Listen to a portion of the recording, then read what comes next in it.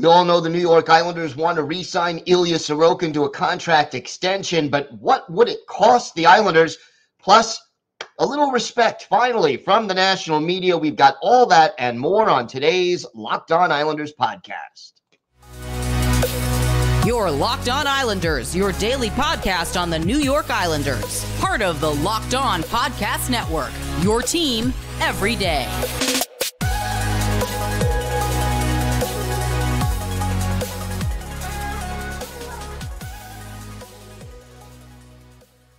And welcome, everybody, to the Monday edition of the Locked On Islanders podcast, part of the Locked On Podcast Network, your team every day. I want to thank everyone who makes Locked On Islanders your first listen every day. I want you to not to forget to subscribe so you can get new episodes as soon as they drop, whether it's on YouTube or wherever you get your podcasts, and now also on SiriusXM on the SXM app. Just search for Locked On Islanders.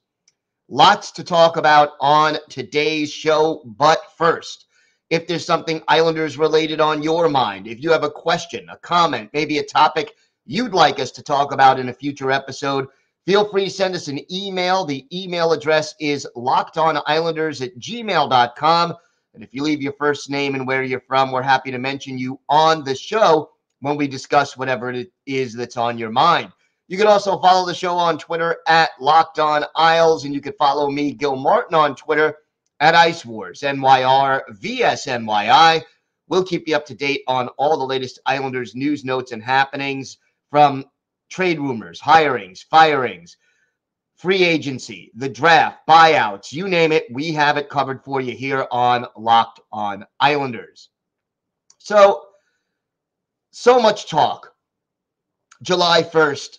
Kind of opens up that window for the New York Islanders to sign Ilya Sorokin, clearly their best player right now, to a contract extension. Now, he's earning $4 million a year this coming season. It's a 3-year, $12 million deal that will be expiring after the 2023-2024 season. And Clearly, the Islanders need to keep Sorokin around if, and I don't think it's that big of an if under the present circumstances, but if the Islanders are going to keep the core together, and that's what Lou Lamoriello said he was going to do, if they're going to keep the core together and going to continue to play this style of hockey, which, let's be honest, they have to do that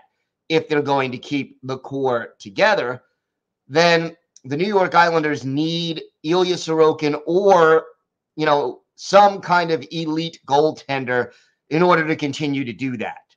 And you have heard us speak throughout the season and into the offseason. And, we've done Twitter polls.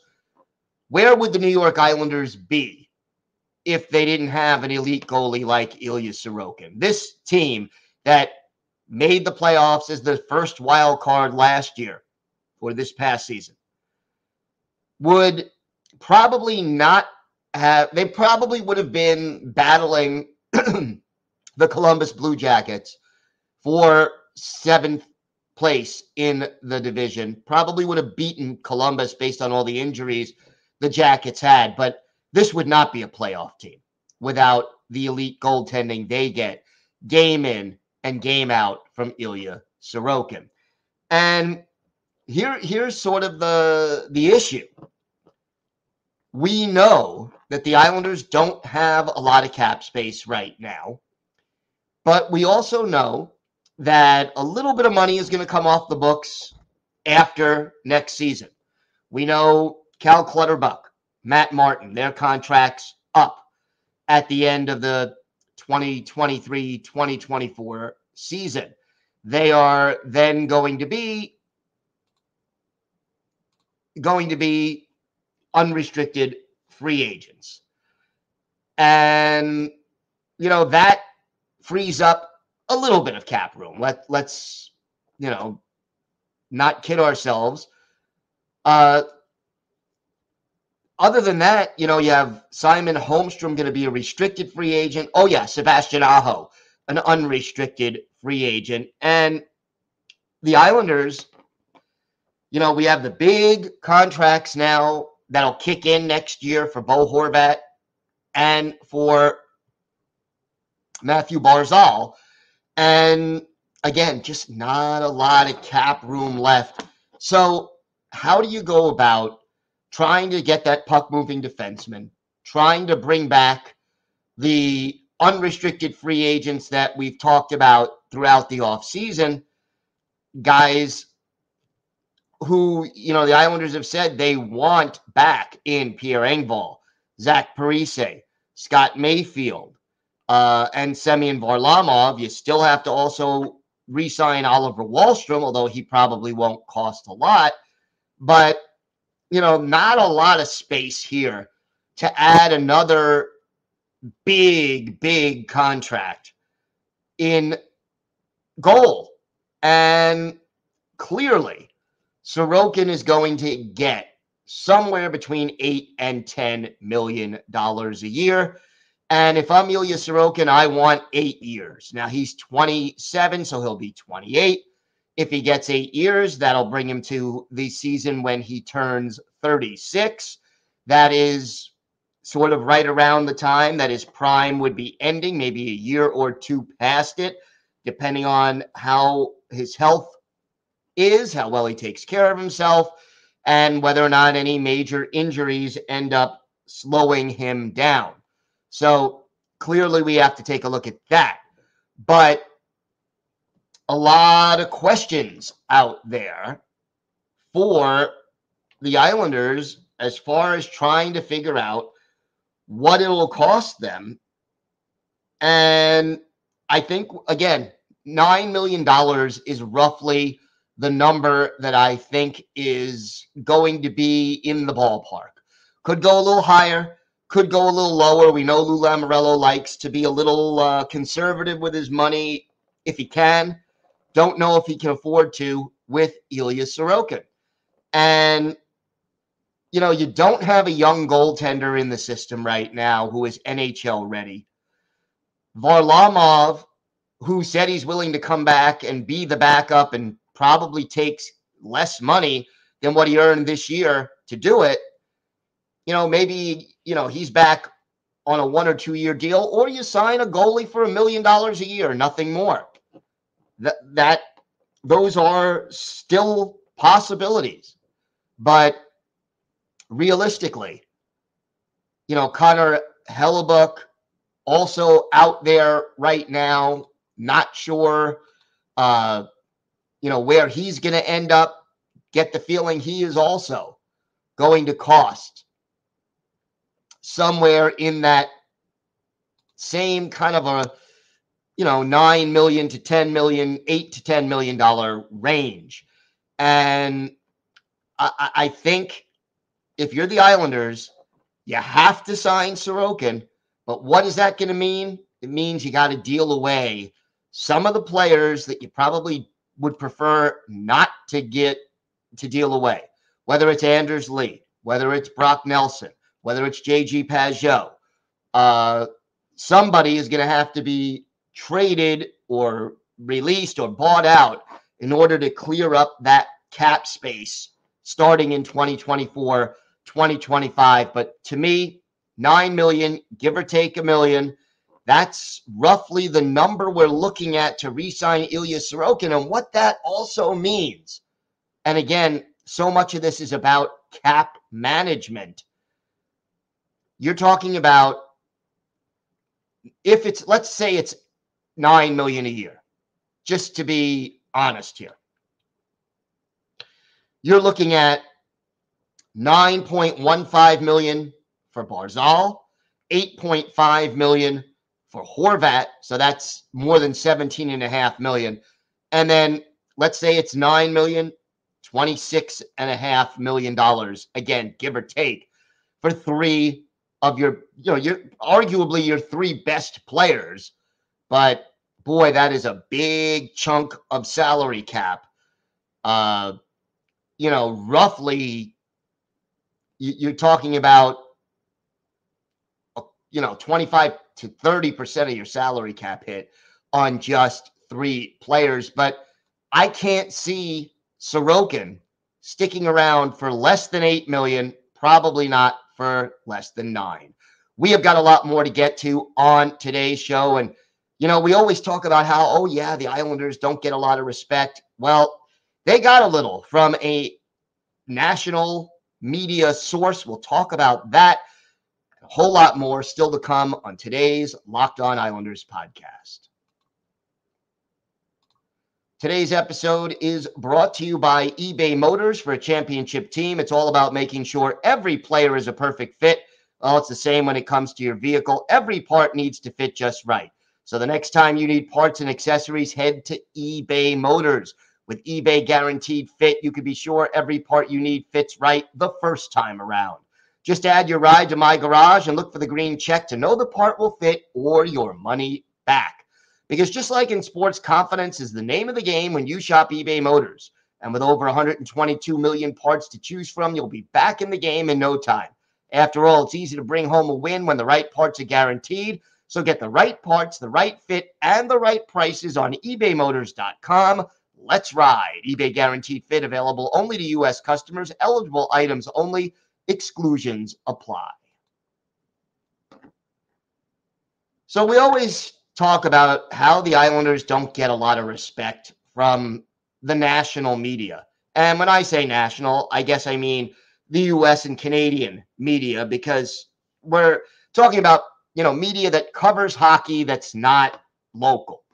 And finally, last week, the Islanders got a little respect, and boy, was it great to see. ESPN put together their quote-unquote way too early power rankings for 2023-2024. And it was interesting to see where the Islanders fell. And it was higher than I truly expected. The Vegas Golden Knights, as the defending Stanley Cup champions, are 1. The New Jersey Devils are in the 2-hole. Colorado Avalanche 3rd. Dallas 4th. Boston, which was number 1 most of the year, down to 5th. In 6th, the Carolina Hurricanes, second team from the Metropolitan Division there. 7th, the Edmonton Oilers. 8th, the Tampa Bay Lightning. 9th, the Florida Panthers, who just made the Stanley Cup final and finished, 1 point behind the Islanders in the standings. 10th, the New York Islanders. 10th. And here's what the article had to say. The Islanders have 20 players under contract for next season. GM Lou Lamoriello would like to bring back Scott Mayfield, Semyon Varlamov, Pierre Engvall, and Zach Parise if the latter chooses not to retire. The only player that seems like he's on the outs is forward Josh Bailey, who was a playoff scratch. Can this team use its core to create more offense, or will it seek goal scoring from elsewhere? 10th out of 32 NHL teams. You know who they're ahead of? Toronto, who was 11th, the Maple Leafs, and that John Tavares guy. The Rangers, who were 12th, the Sabres, 13th, then the Wild, Kings, Kraken, Senators, Flames, Red Wings, Predators. That is your top 20. But again, out of 32 teams, the Islanders rank 10th. They would finish 3rd in the Metropolitan Division in this survey and would end up facing the Carolina Hurricanes again in the first round. Now, look, we haven't had the draft yet, although the draft usually doesn't affect this year all that much. We haven't had free agency. We don't know who's being traded, bought out, any of that stuff. But as Islander fans, we are so used to getting no respect from the national media. We are so used to being called boring and being called not interesting and being called bad. and being ignored and being ranked lower than we feel like we deserve. Finally, for a change, having ESPN put the Islanders 10th in their power rankings, even if it is arguably the least important power ranking of the year, because it's right after the Stanley Cup final and right before any of the big offseason moves are made. Even with those preconditions, it is good to see a little RESPECT coming the Islanders' way. And what it means, for lack of a better way to put it, is that Lou Lamoriello may not be the only person who believes that this core can get a little more done than they got done this year. And keep in mind, that doesn't include keeping or bringing back Mayfield, Varlamov, Engvall, and Parise, who may or may not be back. So we have to see what ends up happening. But finally, the New York Islanders get a little respect, and that is a good thing that finally it's happening, because man, oh man, it's been too long since the Islanders got some of the respect they deserve. And even if this is more respect than maybe most of us think that they deserve, it's good to see. It is good to see this team getting a little bit more respect and moving in the right direction of a lot of in a lot of people's eyes. And these rankings, by the way, were voted on by a panel of ESPN hockey commentators, analysts, reporters, and editors, and rated all 32 teams against each other. So that is sort of how it played out, and it's really great to see the Islanders finally get a little bit of respect. We have got a lot more to discuss on today's show. We continue with our player-by-player rankings or review of the Islanders roster, along with what we can expect from the Islanders, each player, going forward. So today, defenseman Dennis Cholowski. Will he be back in an Islanders uniform? Will he even be a member of the Bridgeport Islanders next year? We'll go into that and a whole lot more on this episode of the Locked On Islanders podcast. So we continue our player-by-player look at the Islanders roster, and we are sort of getting toward the end of this project. Is we're talking about every player who played at least one game for the Islanders. And today we discuss defenseman Dennis Cholowski, who played 2 games for the Islanders this past year. Was a -1 in those games, attempted 7 shots, did not have any shots on goal, played an average of 12 minutes and 47 seconds of ice time, and had 1 blocked shot. So not a lot of ice time, really an injury fill-in. But at Bridgeport, Cholowski in 67 games, 1 goal, 38 points, so 37 assists. Pretty good setting people up there. Now, Cholowski, originally a first-round pick by Detroit back in 2016, the 20th overall selection, spent 1 season at St. Cloud State, then went back to juniors, made his NHL debut with Detroit in 2018-2019. He has played with the Red Wings, the Kraken, and the Capitals, and then the Islanders, and has 117 career NHL games under his belt, 10 goals, 30 points, 28 penalty minutes, has yet to play in an NHL postseason game. Cholowski right now is one of those guys who is very useful to have at Bridgeport. He's 25. He'll be 26 in February. Not really considered a prospect anymore, but he would be a reliable 7th, 8th, 9th defenseman, a guy who, when injuries hit, or if the need arises, you can call him up and rely on him to do, things that won't get you into a lot of trouble and not make mistakes. And at Bridgeport, he will mentor younger players. And, that's not a glamorous role, but it's an important role.